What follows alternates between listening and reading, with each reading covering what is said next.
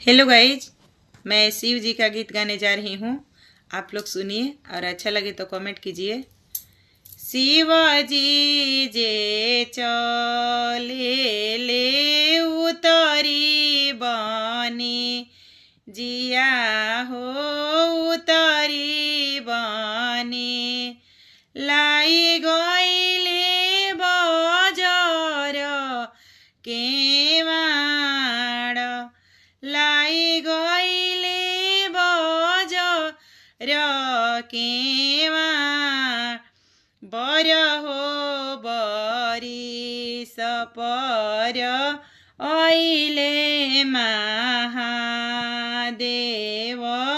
ऐले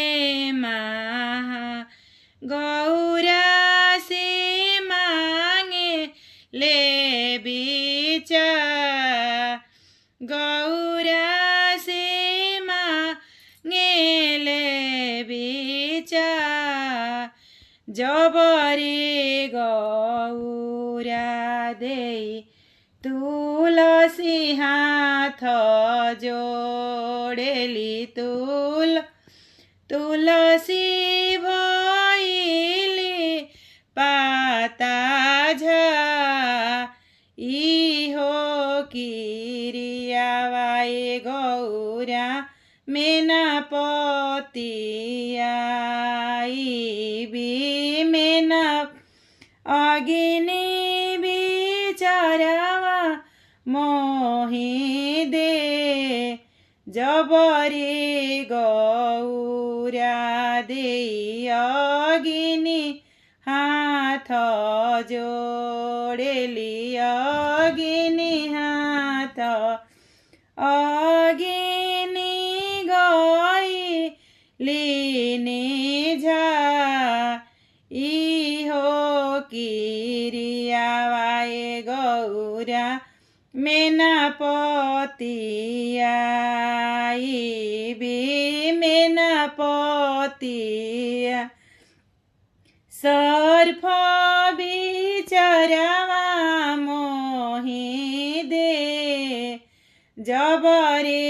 गौरा दे सर्फहि हाथ जोड़ेली, सर्फ बैठेले फेटामा, इहो किरियावाए गौरा मेनापतिया, धरती बिचारावा मोहि दे, फाटहु धरती अलोप हो जाई अलोप होई, अब ना देखबी समासार, ऐसन पुरुषवा के मुँह नाही देखबी, मुँह नाही, बेरिए बेरिए मांगे ले बिचार, बेरिए